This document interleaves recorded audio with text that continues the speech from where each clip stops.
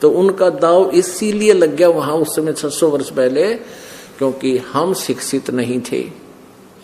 अब हम शिक्षित हैं और देवनागरी लिपि हम बहुत अच्छी तरह समझते हैं। संस्कृत भाषा भी देवनागरी लिपि में है। शब्दकोश हमारे पास है, तत्व ज्ञान हमारे पास है, हम आराम से इन वेदों का अनुवाद कर सकते हैं। लेकिन इससे पहले परमात्मा ने दया करी है कि इन्हीं के द्वारा यथार्थ ज्ञान अनुवाद करवा दिया कुछ एक श्लोकों में। नहीं तो ये इनको मालिक ने इनकी बुद्धि ऑफ कर दी और ये सच्चाई लिख गए। नहीं तो इन्होंने बहुत अड़ंगा कर रखा वेदों के अनुवाद में। जहां परमात्मा प्रत्यक्ष लिखा हुआ है कि वो सह शरीर है, वो मानव सदृश शरीर है, उसका पता नहीं क्यों का क्यों अड़ंगा कर दिया। क्योंकि अनुवादकर्ताओं के मस्तिष्क में दानंद छपा हुआ था।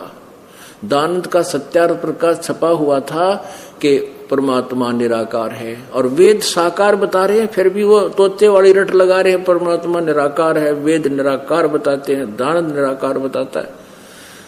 महर्षि दानंद निराकार बता सके और तुम भी बता सको हो, क्योंकि बिना प्रमाण के कुछ भी बांटो, कुछ भी हुआ बाई बक्को। लेकिन वेद निराकार नहीं बता रहे, वेद परमात्मा को एक देशीय साकार मनुष्य सदृश बता रहे हैं।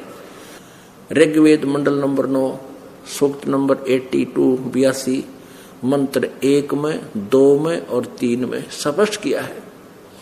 वह परमात्मा जो सबकी उत्पत्ति करने वाला है, सर्व उत्पादक प्रभु, सर्व उत्पादक यानी सबकी सृष्टि करने वाला, रचना करने वाला, उत्पन्न करने वाला परमेश्वर सद्गुणों की वृष्टि करता है। वह पापों का नाश करता है। अंगारी है वो, कबीर अंगारी। अग माने पाप, हरि माने शत्रु।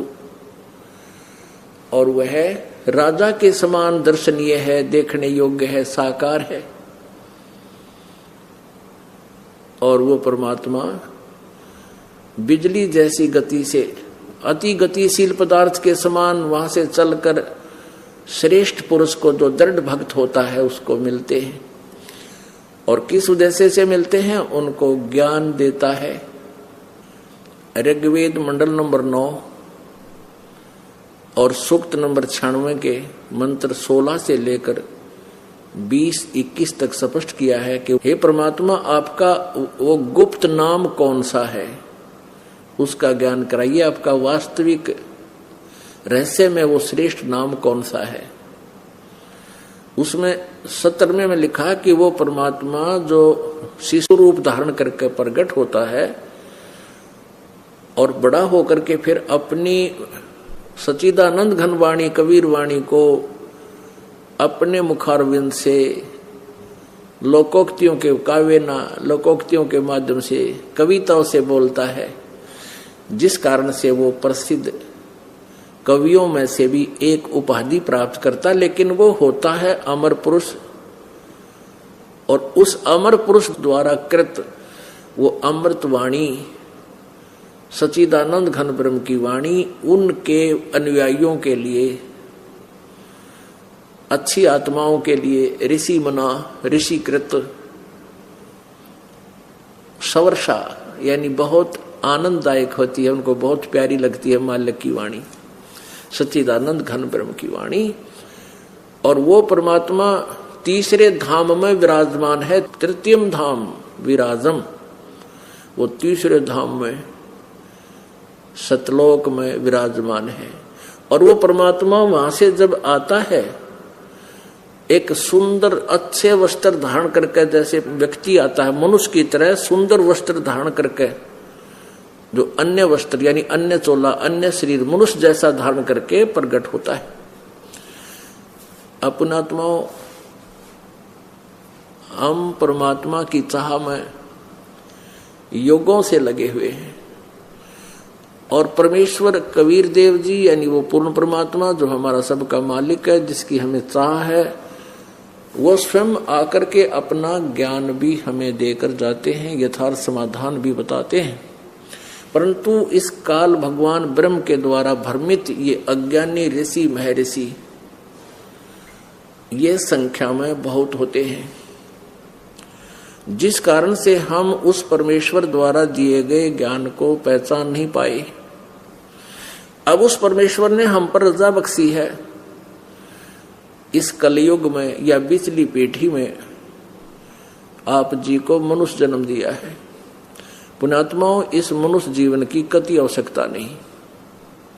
यदि हम इसमें भक्ति नहीं करते, सत साधना हमें प्राप्त नहीं होती, पूर्ण गुरु नहीं मिलते, तो यूजलेस है ये मनुष्य जीवन। इसमें केवल पाप इकट्ठे होते, शुभ नहीं बन पाता। अन्य जो प्राणियों का जीवन है उसमें वो केवल अपना कर्म भोग रहे होते हैं, और हम अपने कर्म भोग के साथ हम अपने कर्म भविष्य के बना भी रहे हैं। संचित कर्म भी हमारे हो रहे हैं, क्रियमान कर्म हमारे हो रहे हैं जो संचित कर्मों में ऐड होंगे, और अन्य प्राणी अपने केवल संचित कर्मों से प्रारब्ध प्राप्त करके भोग रहे हैं। और मनुष्य जीवन में हम जो क्रियमान कर्म जो कर रहे हैं, इनका अकाउंट बनता है और हमारे संचित कर्मों में ये जुड़ते हैं।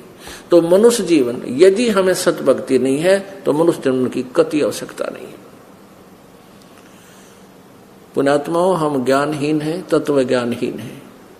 भले ही मानव ने कंप्यूटर बना लिए, आकाश में विमान भी छोड़ दिए, पर परमात्मा की महिमा को वो 0.01 भी नहीं समझ सकते और ना समझ सके।